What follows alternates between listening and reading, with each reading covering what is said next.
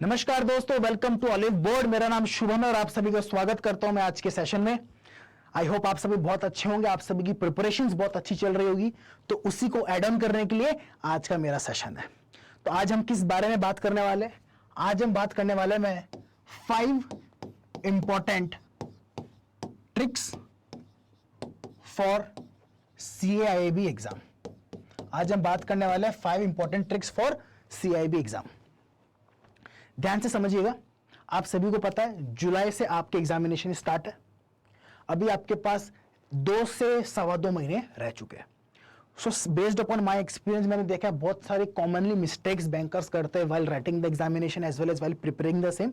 तो उसी को मैंने थोड़ा सा कंपाइल करके ऑन अ ब्रॉडर लेवल मेरे को जो 5-6 चीजें लगती है इंपॉर्टेंट, वो मैं आपके साथ डिस्कस करने वाला हूं। बिकॉज एग्जामिनेशन में मात्र 2 महीने बचे, तो आप उस पर फोकस कर पाओगे और आप उस पर ज्यादा बेटर से काम कर पाओगे अगर उसमें से कोई मिस्टेक कर रहे हो, और अगर हो सकता है इसमें से कुछ चीज आपकी प्रिपरेशन में बहुत अच्छे से एड ऑन कर पाए। तो जो बैंकर्स नए हैं जिन्होंने अभी तक चैनल को सब्सक्राइब नहीं किया है, आई रिक्वेस्ट चैनल को सब्सक्राइब करिए और सेशन को भी लाइक कर दीजिए। चलिए, सबसे नंबर फर्स्ट जो कि मैंने स्पेशली ऑब्जर्व किया पास्ट के 2 अटेम्प्ट में भी जब से न्यू सिलेबस आया है, first of all is don't ignore numerical portion.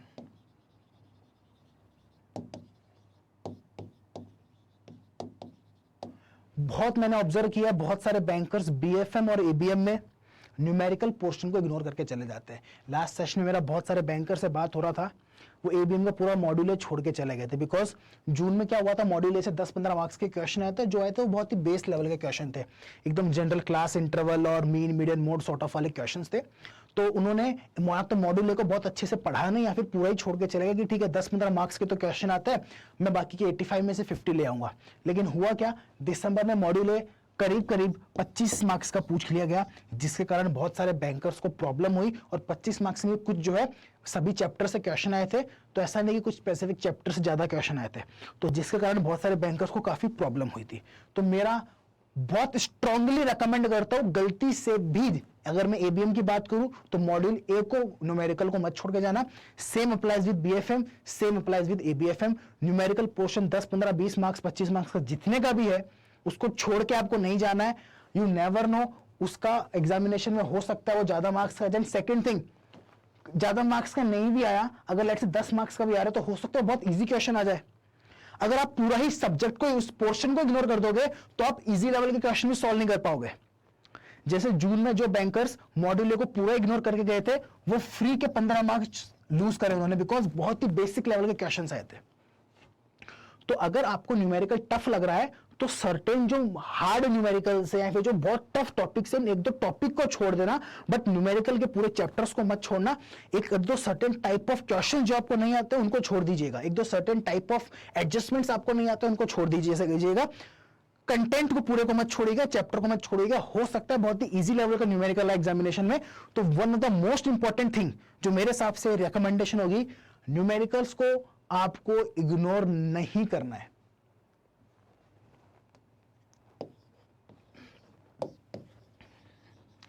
Second one is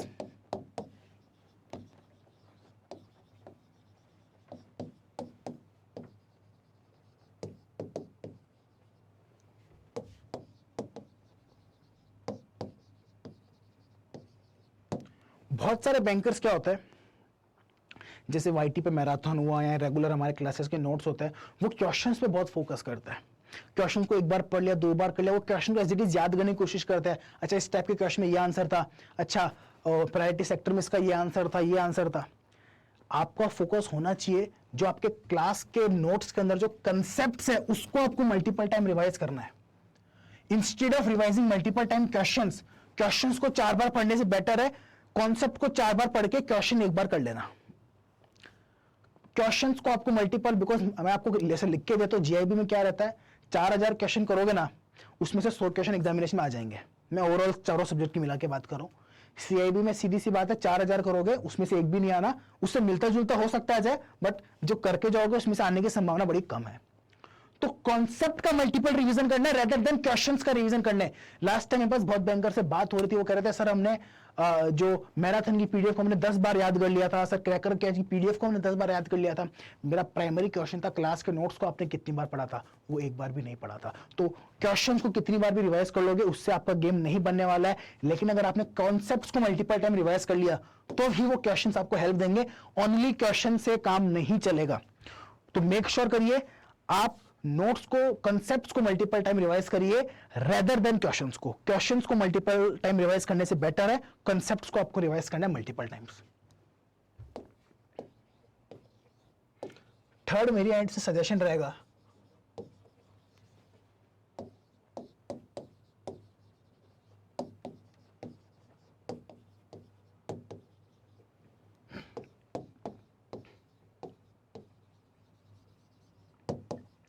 जो भी सोर्स ऑफ मटेरियल आप यूज कर रहे हो वो कंसाइज होना चाहिए। कंसाइज का मतलब शॉर्ट। मैं हमेशा कहता हूं अगर मार्केट में कोई एवरेज स्टूडेंट 800 घंटा यहां पढ़ के पास हो रहा है तो हमारा मजा तब है जब हम 200 घंटे पढ़ के वो एग्जामिनेशन पास करें। मैकमिलन का 700 पेज का बुक है, 700 पेज पढ़ के तो कोई भी पास हो जाएगा भाई, उसमें से तो क्वेश्चन आना है। तो आप मल्टीपल टाइम रिवाइज तभी कर पाओगे जब आपका कंटेंट जो है शॉर्ट होगा।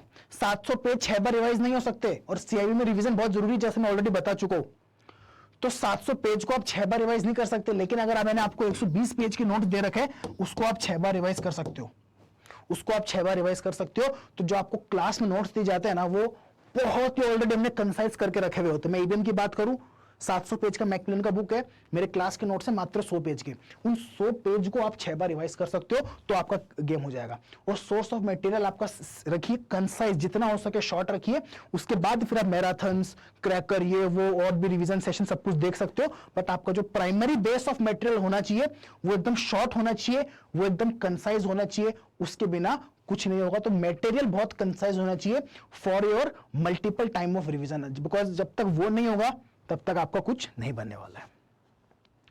फोर्थ इंपॉर्टेंट, हालांकि वो अभी भी रेलेवेंट है बट स्टिल सीआईबी के लिए specifically,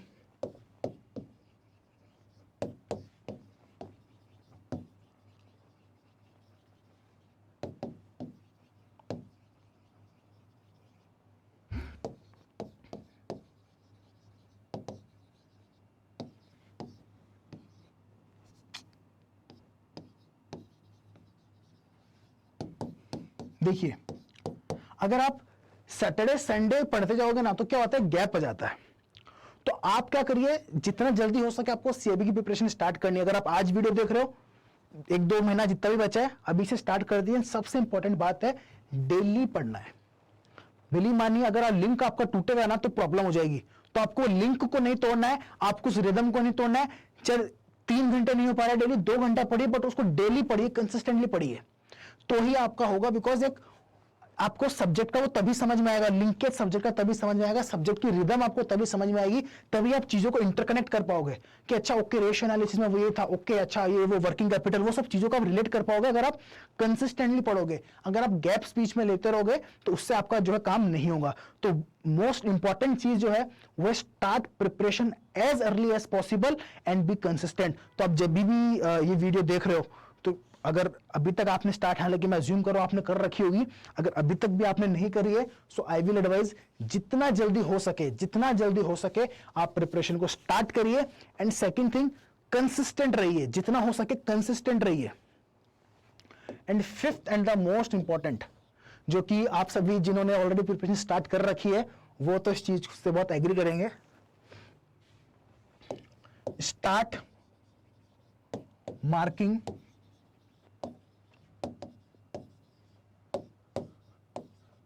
hot concepts and questions. देखिए होता क्या है, आप प्रिपरेशन बहुत जल्दी स्टार्ट कर दिया, मान लो आपने 3 महीना पहले स्टार्ट कर दिया। हॉट का मतलब गर्म नहीं है, हॉट का मतलब है हायर ऑर्डर थिंकिंग, जहां पे आपको थोड़ा जो टफ लग रहा है या फिर जहां पे आपको थोड़ा सोचने का वक्त लग रहा है जो आपके हिसाब से थोड़ा टफ है, उसको आप कह सकते हो हायर ऑर्डर थिंकिंग। तो आपने 3 महीना पहले आपने प्रिपरेशन स्टार्ट कर दी। अब आप 3 महीने में बहुत सारे सेशंस देखने वाले हो, बहुत सारे नोट्स पढ़ने वाले हो, बहुत सारा कंटेंट देखने वाले हो। हर सेशन या हर कंटेंट पढ़ते टाइम पे आपको 1, 2 या 3 चीजें लगी जो आपको लगता है टफ है, मान लो आपने मेरा कोई वाईटी का सेशन देखा 1 घंटे का, मैंने 50 क्वेश्चन कराए, 50 में से 40 में आपको प्रॉब्लम नहीं आएगी, 10 में प्रॉब्लम आएगी। तो आपको क्या करना है, उन चीजों को मार्क करके रखना है, ताकि जब नेक्स्ट टाइम एग्जामिनेशन के टाइम पर आपके पास एट द एंड लिस्ट होनी चाहिए। पूरी प्रिपरेशन के दौरान, पूरी 3 महीने की प्रिपरेशन के दौरान मेरे को ये 150 मोस्ट टफ क्वेश्चन लगे प्लस ये 17 मोस्ट टफ कॉन्सेप्ट्स लगे, ताकि लास्ट के 15-20 दिन में आप इन्हीं पे फोकस करो। अभी प्रॉब्लम क्या होती है, लास्ट के 15 दिन में हम जब क्वेश्चंस करते रहते हैं ना, तो हम वो क्वेश्चंस भी सॉल्व कर रहे हैं जो अगर आप डायरेक्ट एग्जामिनेशन में भी आएगा तो आप इजीली कर दोगे। मान लो छोटा सा क्वेश्चन है करंट रेशियो पे, अब करंट रेशियो आपको इतना अच्छे से आता है, अब आप डायरेक्ट एग्जाम में भी आपसे पूछेगा तो आपको याद है, अच्छा current asset by current liability, तो उसको आपको लास्ट टाइम पे प्रिपरेशन करने की रिक्वायरमेंट नहीं है। तो वैसे क्वेश्चंस की आपको प्रैक्टिस नहीं करनी है, तो right from the day one, अगर अभी तक आपने नहीं किया तो आज से रूल बना लो, जो भी सेशन देखोगे, जो भी कंटेंट पढ़ोगे, जो भी वीडियो देखोगे, जहां पे भी लग रहा है आपको है, उसको एंड देन आपको मार्किंग करनी है। आपके पास एट द एंड लिस्ट होनी चाहिए कौन से टॉपिक्स और कौन से क्वेश्चंस आपको नहीं आते, ताकि आप उन पे ज्यादा फोकस करोगे। सीधा सा इस पे लॉ क्या काम कर रहा है, मैथमेटिक, ये पूरा सिलेबस था, आपने इसको 2 भागों में बांट दिया, एक आता है एक नहीं आता है। अब आपको आगे जाके क्या करना है, नहीं आता वाले पे प्रैक्टिस करके इसको आता है के अंदर कन्वर्ट करना है। डेट्स इट, सिंपल मैथमेटिक्स है। तो 5वीं टिप मेरे हिसाब से मोस्ट इंपॉर्टेंट है। प्रॉब्लम क्या, हम सब सारी चीजें हमारी पढ़ी हुई होती है, लेकिन क्या होता है एग्जामिनेशन के टाइम हम सारी रिवाइज नहीं कर पाते, बिकॉज कंटेंट बहुत ज्यादा होता है। तो ये ट्रिक से आपको क्या मदद मिलेगी, उस बड़े कंटेंट में से आपके लिए जो रेलेवेंट है, ये काम मैं आपको करके नहीं दे सकता। मेरे हिसाब से एक्स क्वेश्चन टफ है, आपके हिसाब से वाई है, किसी थर्ड स्टूडेंट के हिसाब से जेड है, तो ये आपको पर्सनली मार्क करना पड़ेगा। मेरे को करंट रेशियो टफ लगता है, किसी को debt service coverage ratio tough लगता है, किसी को वर्किंग कैपिटल रेशियो टफ लगता है, किसी को कोई सा रेशियो टफ लगता है, किसी को प्रोबेबिलिटी टफ लगता है, मेरे को कुछ प्रोबेबिलिटी का एक्स क्वेश्चन टफ लगता है, किसी को वाई क्वेश्चन टफ लगता है। So this is very subjective, जो कि आपको खुद से करना पड़ेगा। So this is the most important tip जो मैं आपके साथ यहाँ पे शेयर करने जा रहा हूँ। तो इसी के साथ आज का सेशन एंड करते हैं। आई होप सेशन वाज यूजफुल, और जिन्होंने अभी तक प्रिपरेशन स्टार्ट नहीं करी है, I recommend go too early board website और मोबाइल ऐप, वहां पर रजिस्टर करिए लॉगिन अपनी मेल आईडी से, जेआईबी सीआईबी सेक्शन पर जाइए और परचेज करिए CIB super elite. Super elite का मतलब होता है सब्सक्रिप्शन में ऑलिव बोर्ड के द्वारा सीआईबी का जितना भी कंटेंट है वो सभी का आपको एक्सेस मिल जाएगा।